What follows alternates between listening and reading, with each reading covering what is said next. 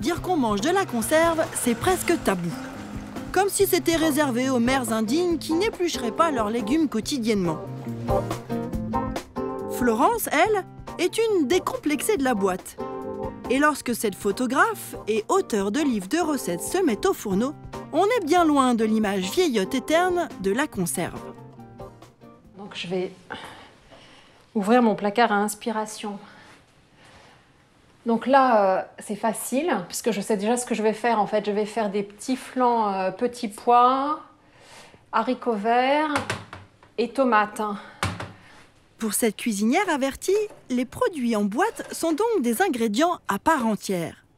Encore faut-il savoir les accommoder. Je pense que la conserve a mauvaise réputation parce qu'elle est souvent utilisée uniquement en accompagnement, ce qui est dommage, hein, parce que finalement, on peut sublimer tous ces légumes de manière différente, avec pas grand-chose, 1 ou 2 épices. Par exemple, je prépare régulièrement des petits sachets que je mets au congélateur d'oignons et d'ail que je fais revenir dans l'huile d'olive. Donc quand j'ai besoin de cuisiner, ça va très très vite.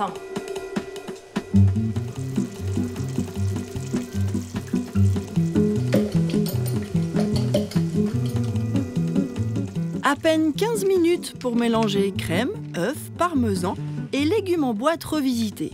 Et c'est prêt à être enfourné. Pour Florence, la grande vertu de la conserve, c'est avant tout le gain de temps. S'il avait fallu que j'achète, que je stocke et que je cuisine tomates, petits pois et haricots verts, c'est 2 heures de travail avant d'enfourner. Donc il n'y a pas photo. S'il y a bien quelqu'un qui serait heureux de voir l'enthousiasme de Florence, c'est Nicolas Appert, l'inventeur de la conserve alimentaire.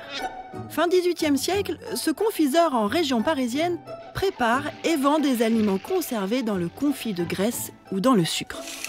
Avec le salage, le fumage, le séchage ou la fermentation, ce sont alors les seules techniques de conservation existantes. Mais toutes ont le même gros défaut. Elles modifient profondément l'aliment conservé. Après de multiples tâtonnements, Nicolas Appert comprend que le secret réside dans 2 principes clés.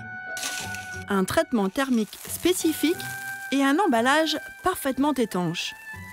Sans le démontrer de manière scientifique, il découvre 60 ans avant Louis Pasteur qu'à haute température, la chaleur tue les microbes. C'est ainsi qu'en 1795, il réalise ses premières conserves de petits pois dans des bouteilles de champagne, le récipient de verre alors le plus solide. Le succès est immédiat. Les gourmets, les boutiques de luxe, mais aussi les armées s'emparent de cette technologie. Les soldats peuvent enfin consommer des fruits et légumes toute l'année et faire le plein de vitamines. Dès lors, le scorbut qui faisait des ravages dans leur rang n'est plus qu'un lointain souvenir.